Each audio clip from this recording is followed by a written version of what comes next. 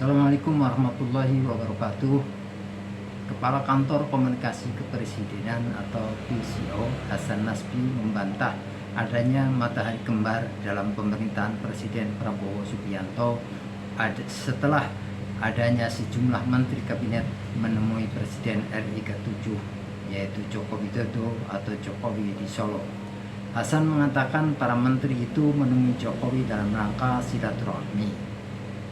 Beberapa menteri yang mendatangi Jokowi adalah Menteri SDM Bahlil Lahadalia yang datang pada Selasa 8 April 2025. Selang satu hari, Menko Pangan Zulkifli Hasan juga menemui Jokowi. Kemudian hari Jumat 11 April, giliran Menteri Kelautan dan Perikanan atau KKP Sakti Wahyu Trenggono dan Menteri Kesehatan atau Menkes Budi Gunadi Sadikin. Yang pertama tentu silaturahmi tetap baik, tapi yang kedua tidak boleh ada matahari kembar, kata politisi PKS Mardhani Alisera menanggapi kunjungan para menteri kabinet Presiden Prabowo ke mantan Presiden Jokowi di Solo. Meski begitu, Mardhani menilai Prabowo tak akan tersinggung jika para menterinya bertemu dengan Jokowi. Direktur Eksekutif Parameter Politik Indonesia, Adi Prajitno, menyebut bahwa kunjungan beberapa menteri Prabowo ke Jokowi karena terpilihnya kembali menjadi menteri di era Presiden Prabowo ada peran mantan Presiden Jokowi. Kali ini saya mau bicara tentang adanya matahari kembar di negara kita. Jadi matahari kembar itu adalah istilah untuk menggambarkan ada figur lain di luar presiden, ada sosok lain di luar presiden yang masih dinilai punya pengaruh, punya kekuatan, dan mampu mengorkestrasi kepentingan-kepentingan politik di masa-masa yang akan datang. Bahkan figur lain di luar presiden ini adalah sosok yang mungkin sering dikunjungi oleh elit-elit penting, elit-elit kunci, seperti ketua umum partai, para menteri untuk mendapatkan dukungan dan petuah-petuah politik.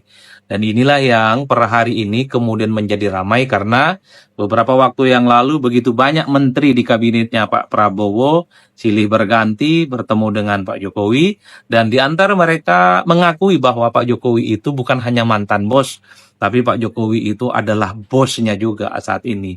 Sebut saja misalnya Menteri Perikanan dan Kelautan, Pak Trenggono, menyebut bahwa Pak Jokowi itu adalah bosnya.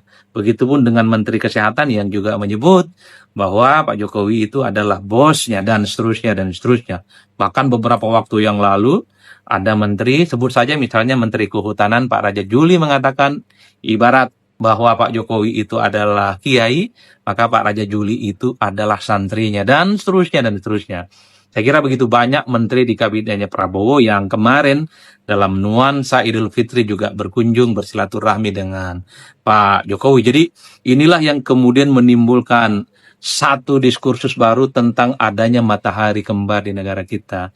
Jadi wajar kalau kemudian misalnya sosok politisi PKS seperti Pak Mardhani Alisera itu adalah anggota DPR RI saat ini, fraksi PKS, kemudian menyebut fenomena begitu banyak menteri-menteri Pak Prabowo yang datang ke Pak Jokowi, itu nuansanya bagus dalam konteks silaturahmi, tapi Mardhani Alisera sepertinya memberikan warning dan sekaligus ingin menyindir bahwa jangan ada kesan matahari kembar di negara kita, karena harus diakui the one and only, satu-satunya matahari yang ada di negara kita adalah Presiden Republik Indonesia adalah Pak Prabowo Subianto. Jadi pernyataan Mardhani Alisera bahwa jangan sampai ada matahari kembar itu kemudian viral menjadi diskursus dan menjadi perdebatan publik yang cukup luar biasa tentang adanya fenomena menteri-menterinya Pak Prabowo yang masih menganggap ada bos lain di luar Pak Prabowo sebagai presiden. Kalau saya, ya mazhabnya adalah mazhab yang selalu mencoba untuk menjelaskan apa adanya. Pertama, jika ada menteri kabinetnya Pak Prabowo hari ini masih menganggap Jokowi itu adalah bosnya, bagi saya itu adalah ungkapan bahwa mereka sebenarnya sampai perjalanan politiknya hari ini, menjadi orang penting hari ini, termasuk bisa menjadi menteri di eranya Pak Prabowo Subianto, itu tentu tidak terlepas dari peran-peran Pak Jokowi. Karena orang-orang itu kan sering juga disebut sebagai Jokowi's man. Orang-orang yang sering datang ke Solo adalah mereka yang memang selama ini disebut sebagai orangnya Jokowi. Jadi ekspresi dan kegembiraan yang selalu menyebut dirinya adalah orangnya Jokowi, itu selalu ingin diekspresikan oleh mereka. Sekalipun saat ini mereka adalah menterinya Pak Prabowo. Hilir mudik dan kemudian menganggap bahwa Pak Jokowi bukan hanya mantan bos, tapi juga bosnya saat ini. Jadi ekspresi-ekspresi yang semacam itu yang menurut saya kemudian tersampaikan kepada publik ya. Tapi memang harus hati-hati ketika masih ada anggapan ada bos lain di luar Presiden Republik Indonesia, itulah yang kemudian menganggap wah berarti para menterinya Pak Prabowo ini masih ada bos lain dong di luar Pak Prabowo Subianto. Maka muncul istilah adanya matahari kembar. Dulu mungkin matahari kembar itu hanya sebatas isu, hanya sebatas diskursus, hanya sebatas gosip-gosip yang tidak bisa dipertanggungjawabkan karena belum tampak siapa bosnya dan kemudian siapa yang kemudian menjadi anak buahnya. Tapi ketika ada dua menteri, Pak Prabowo Subianto yang mengaku bahwa Pak Jokowi adalah bosnya, ini seakan-akan mengkonfirmasi kok ada bos lain di luar Presiden Republik Indonesia. Itulah yang saya sebutkan, pejabat publik hari ini mesti hati-hati mengeluarkan statement-statement politiknya. Sekalipun para menteri itu sangat ingin berterima kasih kepada Pak Jokowi yang dinilai punya kontribusi penting sehingga mereka menjadi orang penting di negara kita, minimal ungkapan-ungkapannya itu tidak perlu disampaikan secara vulgar, cukup bersilaturahmi, cukup foto bareng, cukup beranjang sana dan seterusnya karena saya kira gestur itu sebenarnya sudah bisa menunjukkan betapa menteri-menteri Pak Prabowo hari ini adalah juga orang-orangnya Jokowi, tapi tidak perlu secara eksplisit bahwa Pak Jokowi itu adalah bosnya, kan kira-kira begitu. Ini tentu untuk menjaga supaya tidak ada kontroversi, tidak ada kegaduhan, dan tidak ada tawuran opini yang tidak berkesudahan. Jadi di situ satu. Nah yang kedua, yang heboh ini kan sebenarnya adalah para netizen, kelompok-kelompok aktivis, dan kelompok-kelompok yang tidak suka kalau masih misalnya ada peran-peran Jokowi atau pengaruh-pengaruh Pak Jokowi di pemerintahannya Pak Prabowo Subianto. Kelompok-kelompok ini yang kemudian menganggap para menteri yang masih menganggap Pak Jokowi adalah bosnya. Oh itu tidak pantas, tidak elok, dan seterusnya, dan seterusnya, dan seterusnya. Bagaimana mungkin saat ini menterinya Pak Prabowo itu masih menganggap ada pihak lain, figur lain yang dianggap sebagai bos? Maka mereka kemudian itu menghujat, mengkritik, dan seterusnya, dan seterusnya. Karena mestinya Menteri Kabinet Merah Putih the one and only yang jadi bos itu hanyalah Pak Prabowo Subianto, bukan yang lain. Tapi kehebohan itulah yang per hari ini kemudian terjadi gunjang kanjing, ada tagar dan semacamnya. Yang ketiga menurut saya, di luar kehebohan yang disampaikan oleh para netizen, kelompok aktivis yang tidak suka dengan adanya misalnya soal bagaimana pengaruh Pak Jokowi di pemerintahan Pak Prabowo, menurut saya yang ketiga, untuk apa ribut-ribut menghujat kanan kiri? Untuk apa misalnya mengkritik kanan kiri bahwa menteri yang masih menganggap Pak Jokowi itu adalah bosnya itu dianggap tidak pantas, tidak elok, dan seterusnya, dan seterusnya. Kalau istana itu per hari ini sepertinya baik-baik saja. Istana dalam hal ini adalah presiden, belum ada reaksinya. Jubir-jubirnya tidak ada reaksinya. Orang-orang dekat presiden pun juga tidak ada reaksinya. Mestinya kalau memang apa yang dilakukan oleh sejumlah menteri, Pak Prabowo hilir mudik datang ke Solo, dan masih ada yang di antara mereka menganggap bahwa Pak Jokowi masih adalah bos mereka juga. Ya kalau memang tidak happy, ya sampaikan itu tidak elok. Kalau memang tidak nyaman, sampaikan itu tidak wajar.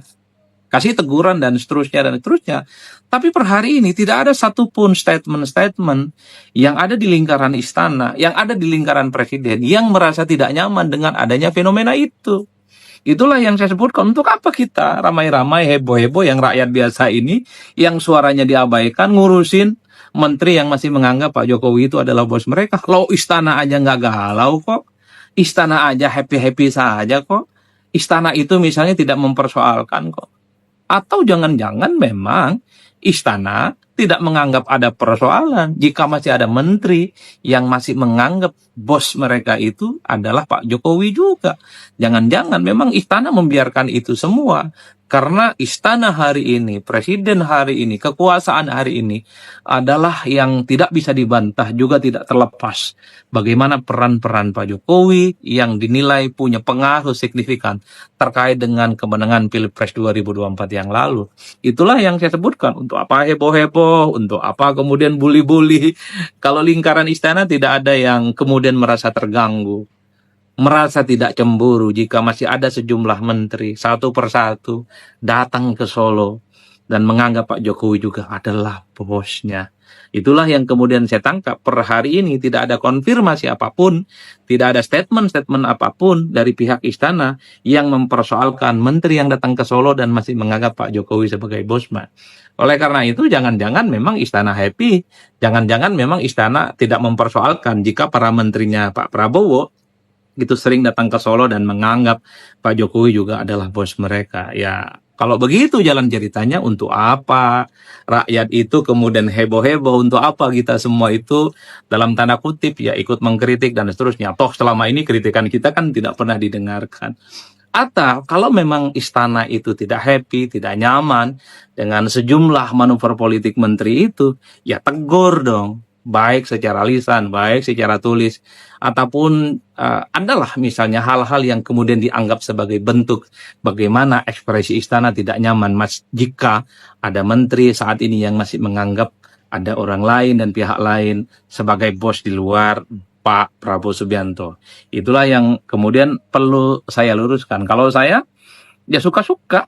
Masih misalnya ada menteri yang masih menganggap ada bos lain di luar Prabowo, suka-suka. Tapi yang perlu diantisipasi adalah kalau istana merasa tersinggung, kalau istana merasa tidak happy dan tidak nyaman dengan manuver menteri yang misalnya datang ke Solo dan seterusnya, mungkin di kemudian hari akan ada konsekuensinya. Entah itu apa konsekuensinya, bisa teguran atau bisa bentuk-bentuk sanksi yang lain.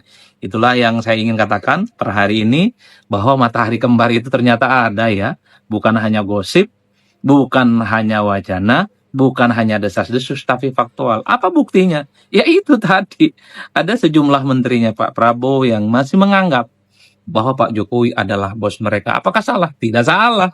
Apakah itu benar? Ya benar menurut mereka.